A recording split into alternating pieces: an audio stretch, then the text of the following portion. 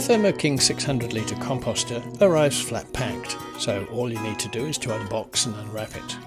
But before you start, it's worth ensuring that they're the right way up. It's clearly marked on the inside.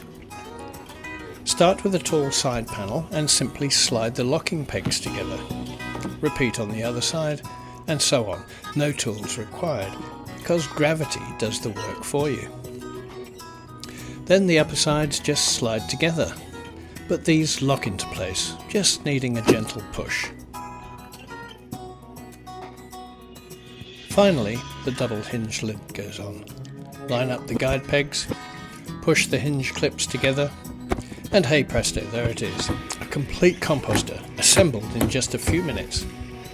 The lower flaps can be lifted off with ease to access your garden-ready compost, and you can even remove an entire side if you want full access. The top lids are large, making it easy to add content, and each have wind-resistant catches. And there we are, the Thermo-King 600 litre composter, huge size, made from thermalin, which is polypropylene which has been foamed, and it's incredibly UV stable, so this will last in the sunshine forever. Most importantly though, it keeps your compost really warm.